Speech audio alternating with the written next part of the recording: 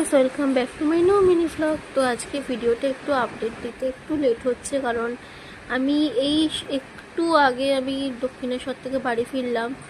আমাদের মেট্রোটা একটু লেট করেছে, আর তার থেকেও বড় কথা দক্ষিণেশ্বরে প্রচুর লম্বা লাইন ছিল। তো চলো, এই যে আমি আমার ফ্যামিলির সাথে যাচ্ছি, তো টোটো করে বেরিয়ে পড়েছি।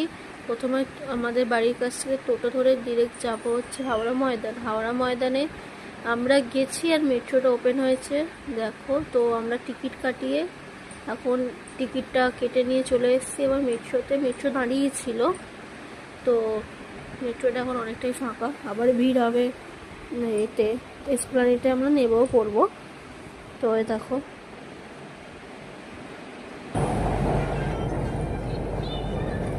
তো এসপ্ল্যানেড থেকে সোজা নেবে আমরা চলে যাচ্ছি ব্লু লাইন ধরে ওদিকে, মানে যেখানে ওই দক্ষিণেশ্বরে ট্রেনটা আসবার এই সিঁড়িটা জাস্ট দেখো। তো এখানে আমরা এসকেলেটর ইউজ করি, এত লম্বা সিঁড়ি দিয়ে নামাবো ওটা সম্ভব নয়। এখানে ট্রেনের জন্য দাঁড়িয়ে আছে সবাই, আর আমি একটু চুলটা শুকিয়ে নিচ্ছিলাম, কারণ চান করেই বেরিয়ে পড়েছি। এ দেখো, ট্রেনে এতটাই ভিড় ছিল, আমি দমদমের পর বসতে পেরেছি।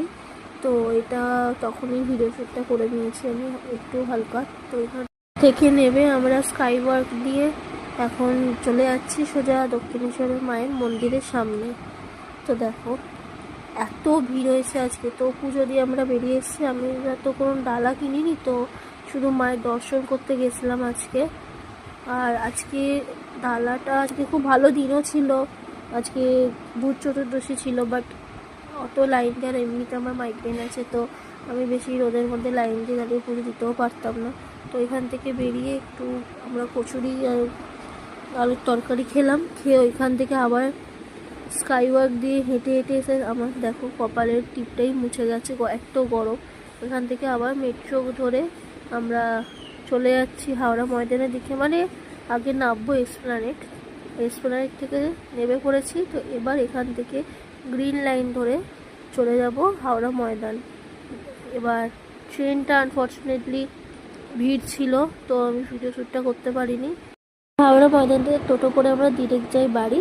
তো লাইক শেয়ার সাবস্ক্রাইব করতে ভুলবেন না। আজকের জন্য টাটা।